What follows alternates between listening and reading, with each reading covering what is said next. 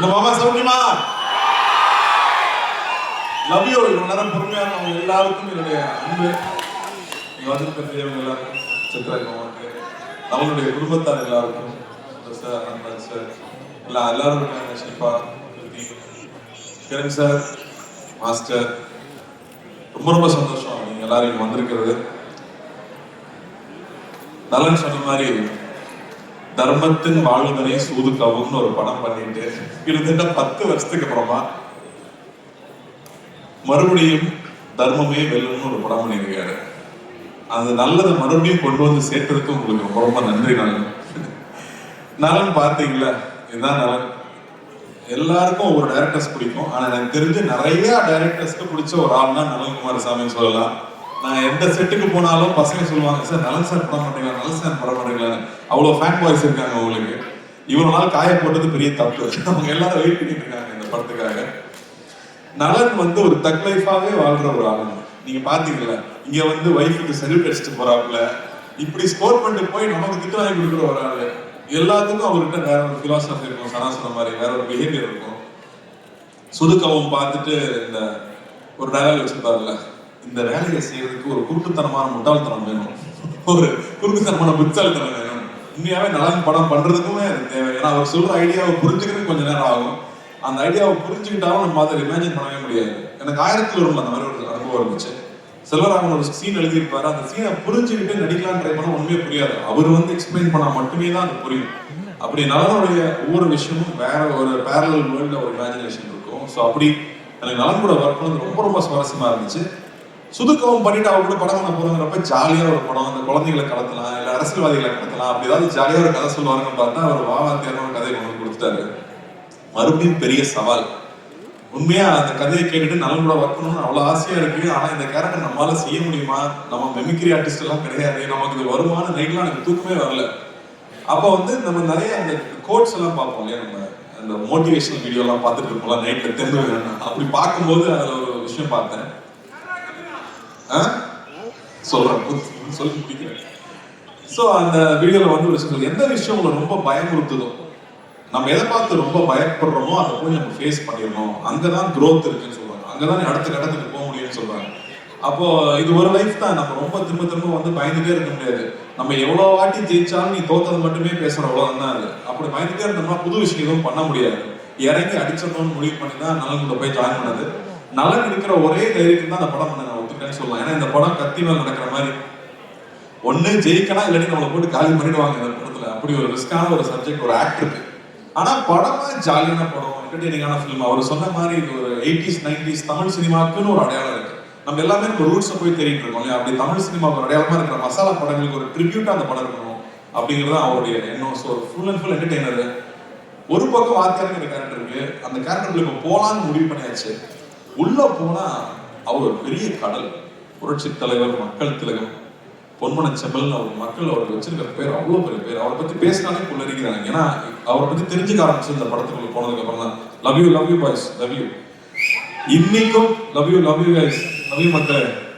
இன்னைக்கும் நீங்க ஒவ்வொரு வீட்டுக்கு போனீங்கன்னா அவரோட புகைப்படத்தை பார்க்க முடியும். ஒண்ணு அதுக்கு பொட்டு வச்சு மாலை போட்டு சாமி கும்பிட்டு இருப்பாங்க, இல்லாட்டி பெருமையா அந்த முகத்தை பார்க்கணுங்கிற கால வச்சிருப்பாங்க.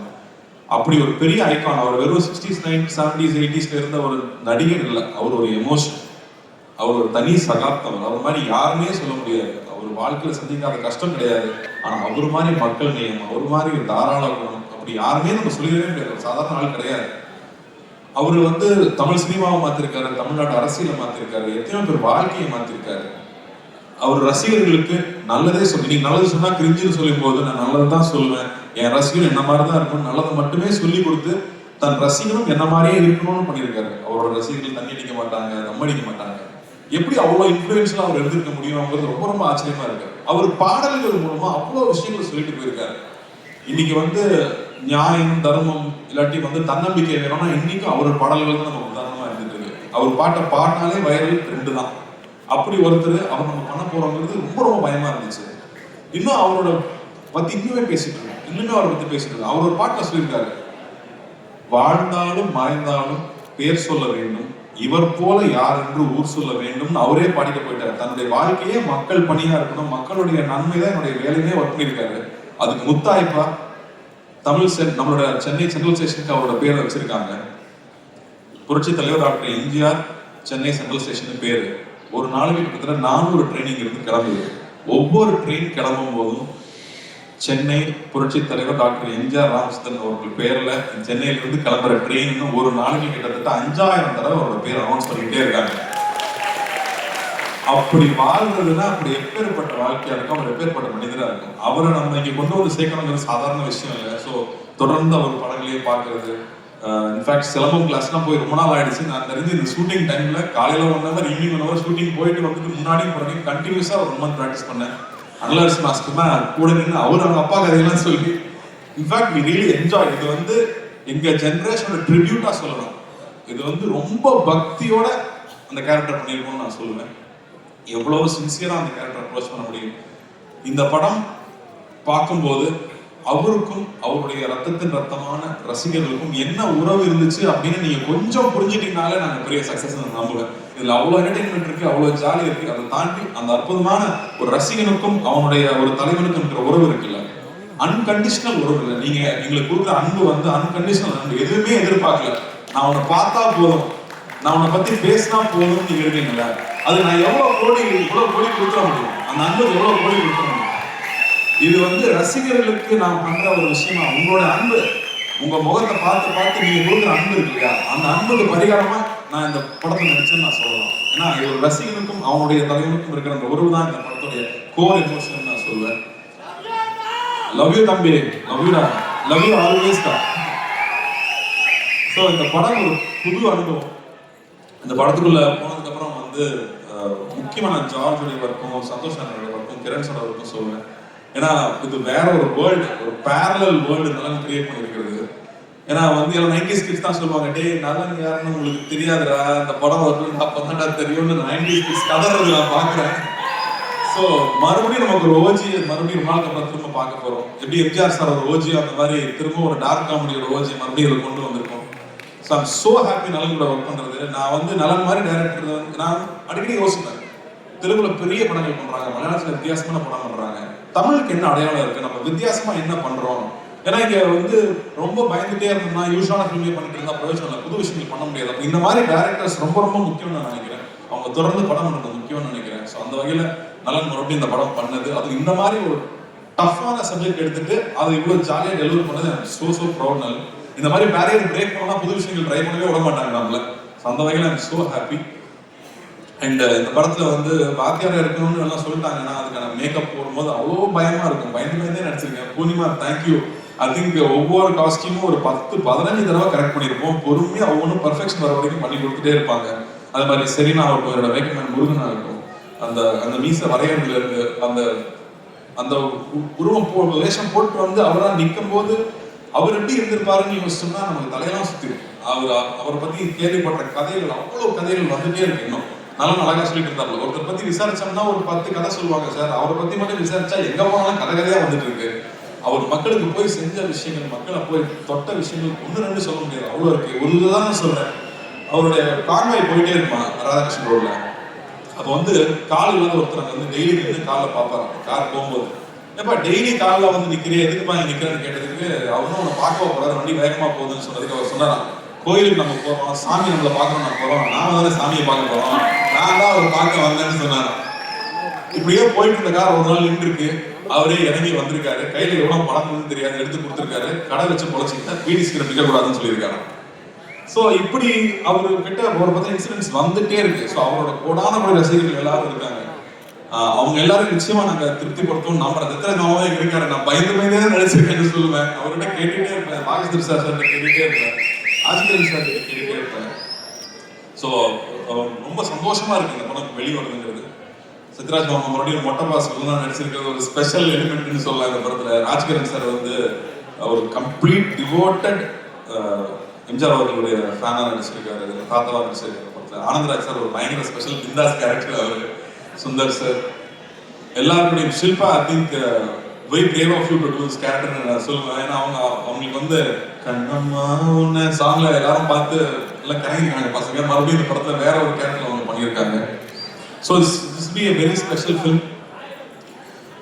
ஜார்ஜோட ஒர்க் எக்ஸலண்ட்டாக இருக்குது. சனாவோட ஸ்கோர்ஸ் கொஞ்சம் கொஞ்சமாக நான் பார்த்துட்டே இருக்கேன். டெஃபினட்டாக வந்து ஒரு எபிக் சனா சொன்ன மாதிரி நமக்கு சூப்பர் ஹீரோவா வந்து சினிமாவில் வந்து எம்ஜிஆர் அவர்கள் தான். அவர் நம்மளுடைய உடல் பொருள் ஆவியில கலந்தவராக இருக்காங்க. நமக்கு முன்னாடி நம்ம பார்த்த ஐகான்ஸ் எல்லாருமே. ஸோ அவர் நம்ம சூப்பர் ஹீரோ எடுத்துட்டா நானும் இந்த படத்தை சூப்பர் ஹீரோ படம் ஃபில்மாவே பார்க்குறேன்னு சொல்லலாம். ஆனால் நம்ம ஊர் மசாலா நம்ம ஊர் ஸ்டைலில் ஒரு படமாக இருக்க வந்திருக்கு. எல்லாருக்கூடையும் ஒர்க் பண்ணது ரொம்ப சந்தோஷம். இது ரொம்ப வருத்திக்கிட்டு நிறைய எஃபர்ட் போட்டு பண்ண படம். ஸோ நிச்சயம் இந்த படம் வெற்றி அடையும். ஞானிகளுக்கு வந்து மிரக்கல் தான் இந்த படம் வந்து இப்போ வந்து இறங்கியிருக்குது. அது பொருட்தலைவரோட ஆசீர்வாதத்தோட இந்த படம் நல்லபடியாக வந்து ரிலீஸ் ஆகணும். உங்க எல்லாருக்கும் பெரிய அன்பு, பெரிய நன்றி. இங்க வந்து கலந்துக்கிட்டு வாழ்த்துறது பத்திரிகை தொலைக்காட்சி நண்பர்களுக்கு முக்கியமா எல்லாரும் நீங்களாம் நிறைய பேர் எம்ஜிஆர் அவர்களையும் பார்த்துருப்பீங்க, அவங்களுக்கு தெரிஞ்சிருக்கும். ஸோ உங்களுடைய அன்பு எப்பவுமே எங்களுக்கு தேவை. நீங்கள் எப்பவுமே எனக்கு கைட் பண்ணியிருக்கீங்க, எப்பவுமே சரியான படங்கள் பண்ணும்போது பாராட்டியிருக்கீங்க. உங்களுக்கு ரொம்ப ரொம்ப நன்றி. இந்த படத்தை நீங்கள் சப்போர்ட் பண்ணணும். இந்த சப்போர்ட் ரொம்ப முக்கியம். ஏன்னா இந்த மாதிரியான அட்டம்ஸ் பண்ணும்போது நீங்கள் கொடுக்குற சப்போர்ட் தான் இந்த மாதிரி படங்கள் அப்படின்னு வந்துக்கிட்டே இருக்கு. ஸோ ரொம்ப ரொம்ப நன்றி. Thank you thank you thank you.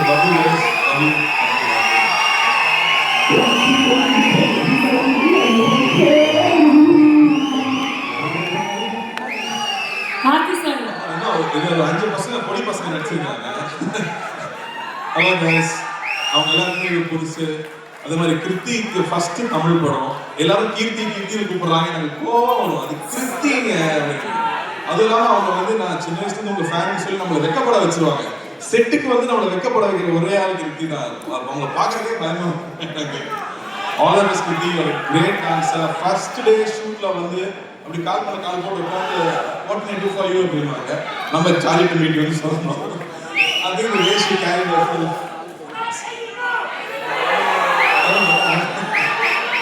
the way she refers for the character, the way she came and did it, அவ்வளோ அழகாக பண்ணியிருந்தாங்க. You have a bright future, keep working hard. And இந்த இடத்துல நான் வந்து எப்படி நலன் வந்து சரணியா பார்த்து சல்யூட் வச்சு ஒரு தேங்க்ஸ் சொல்லிட்டாரு, அது மாதிரி நானும் ரஞ்சினிக்கு ஒரு சல்யூட் வச்சு தேங்க் பண்ணிக்கிறேன். ஏன்னா அவங்க சப்போர்ட் பண்ணால் தான் நம்ம இவங்க வேலை செய்ய முடியும். அதே மாதிரி ஞானங்களுக்கு இந்த படம் பெரிய வெற்றி அடையணும், பெரிய லாபம் தரக்கூடிய படமாக வரணும்னு நான் ஆண்டவரை வேண்டிக்கிறேன். Thank you thank you thank you. Ravi, thanks for coming. Thank you. Karthi sir, அதே முதல் ஒரு அழகான கேள்வி உங்களுக்கு சந்திக்கணும் நீங்க இருக்காங்க. வாங்க சார், வாங்க ப்ளீஸ். தம்பி கார்த்தி, எப்படி இருக்கீங்க? நல்லா இருக்கேன். 1001 திரைப்படத்துல என்னுடைய ரசிகராக நடித்தேன். பொன்னியின் செல்வன் திரைப்படத்துல நான் ரொம்ப ஆசைப்பட்ட வந்தியத்தேவன் கதாபாத்திரத்துல பல வருஷம் கழிச்சு அது உங்களுக்கு தான் அமைஞ்சது. நடிகர் சங்கத்துல நான் இருந்த பதவியில் தான் நீ இருக்க. நமக்குள்ள எவ்வளவு ஒற்றுமை இல்லையா? உண்மையா சொல்லணும்னா அவங்க ஆசீர்வாதம் எப்பவுமே எனக்கு வேணும். நான் பல நாள் பல சோதனைகள் இருக்கும்போது உங்களை நினைக்காம போனதே இல்லை. அந்த ஷார்ட் டைரக்டர் ஆக்ஷன் சொல்றதுக்கு முன்னாடி ஐயா நீங்க உள்ள இருந்து நடிச்சுக்கங்கன்னு சொல்லிட்டு தான் ஒவ்வொரு ஷாட்லையும் நடிச்சிருக்கேன். ஸோ வந்து மானசீகமா நான் தலையிலிருந்து கும்பிட்டுக்கிட்டே இருந்திருக்கேங்கிறது தான் உண்மை. உங்களை வணங்கிட்டே தான் இருந்திருக்கேன். என்னோட ஆசீர்வாதம் உங்களுக்கு எப்பயுமே இருக்கும். என்னுடைய அன்பு தம்பி சிவகுமார் என்னுடைய மிகப்பெரிய ரசிகரும் உங்க எல்லாருக்கும் தெரியும். நீங்க என்ன மாதிரி நடிக்க போறீங்கன்னு அவர்கிட்ட சொன்னதுக்கு அப்புறம் அவருடைய முதல் ரியாக்ஷன் என்னவா இருந்தது? வாத்தியார்னு ஏன் சொல்றாங்கன்னா, எத்தனை சூப்பர் ஸ்டார் வந்தாலும் எல்லாத்துக்கும் பாத போட்டு கொடுத்தது அவர் தான் வாத்தியார். அதனால அது பண்றப்ப ரொம்ப கேர்ஃபுல்லா இருக்கணும் அப்படின்னு சொன்னது. அண்ட் அதுக்கு எவ்வளவு மெனக்கெட்டு அப்பா கூட அவர் நடிச்சிருக்காரு. அப்ப வந்து சில ஆக்டர்ஸ் இருப்பாங்க, அவங்களுக்கு வந்து அடிக்கிற மாதிரி நடிக்கிற சீன் இருந்ததுன்னா அடிச்சிருவாங்க, அப்பதான் ரியலா இருக்குங்க. அப்ப அப்பாவும் போய் அவர்கிட்ட சொல்லியிருக்காரு இந்த மாதிரி, ஆனா நீங்க அடிச்சிருங்க, நீ நடிகர் தானே, நான் அடிக்கிற மாதிரி நடிக்கிறேன், நீ அடி வாங்கின மாதிரி நடின்னு சொல்லலாம். ஸோ அவ்வளோ கேர்ஃபுல்லா பார்த்துக்கலாம் ஒவ்வொரு ஆர்டிஸ்டும். இன்னைக்கு இருக்கிற ஸ்டண்ட் யூனியன் ஆகட்டும், இன்னைக்கு இருக்கிற நடிகர் சங்கம் ஆகட்டும், எத்தனையோ சின்ன சின்ன யூனியன் ஆரம்பிச்சது அவர் தான். ஏன்னா எப்பவுமே அடுத்தவங்க நல்லா இருக்கணும்னு சொல்லி ஒவ்வொரு திட்டத்தையும் பிளான் பண்ணது அவராக தான் இருக்காரு. எல்லாத்துக்கும் முன்னோடியே அவராக தான் இருக்காருங்கிறது ரொம்ப ரொம்ப பெருமையான விஷயம். அதனாலதான் அவர் என்னைக்குமே இன்றும் மார்க்கெட்லாவே இருக்காரு. வாழ்த்துக்கள். நன்றி நன்றி. அப்புறம் காத்து பாவாஜியாரேன்னு சொன்ன உடனேயும் கூப்பிட்ட குரலுக்கு முதலாக நான் வந்து நிற்பேன். நீயும் அப்படிதான் நினைக்கிறேன், அப்படிதானே? அவரை பார்த்து கத்துக்கிட்டாதவங்களே யாருமே இருக்க முடியாது. யாரு என்ன கேட்டாலும் இல்லைன்னு சொல்றதே இல்லை. அது 3 வகை சொல்லுவாங்களாம்.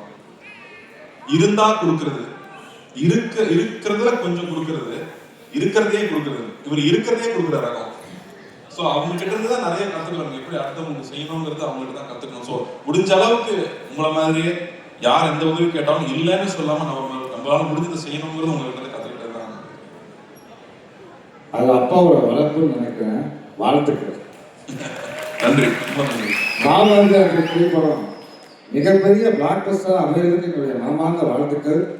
தொடரட்டும் உன் பணி, மக்களுக்காகவே அர்ப்பணி, வாழ்க வளர. இங்க இந்த தருணத்துல வந்து எம்ஜிஆர் ஐயாவே வாழ்ந்துட்டு இருக்கிறவங்க நிறைய பேர் வந்திருந்தாங்க. அவங்க எல்லாருமே எனக்கு ஹெல்ப் பண்ணிருக்காங்க படத்துல. ஸோ அவங்களுக்கு இந்த நான் நன்றி தெரிவிச்சுக்கிறேன். அவங்க எல்லாருமே அவரை மாதிரியே மேக்கப் போட்டு ஒவ்வொரு ஊரா போய் நடிச்சுட்டு வருவாங்க. அதே மாதிரி அசிஸ்டன்ட் டைரக்டர்ஸ்க்கு, ப்ரொடக்ஷன் டீமுக்கு, எல்லாருக்கும் படத்தை ஒர்க் பண்ண எல்லாருக்குமே என்னுடைய மனமார்ந்த நன்றியை தெரிவிச்சுக்கிறேன். Thank you so much Karthi sir. And மாவாத்தியார் ஒரு சூப்பர் டூப்பர் ஹிட்டான ஒரு திரைப்படமாக அமையும். தமிழ் ரசிகர்களுடைய அன்பும் பாசமும் தியேட்டர்ஸ்ல உங்களுக்காக காத்துக்கிட்டு இருக்கோம். One time for our very own Karthi sir ஒரு பெரிய வாழ்த்துக்கள்.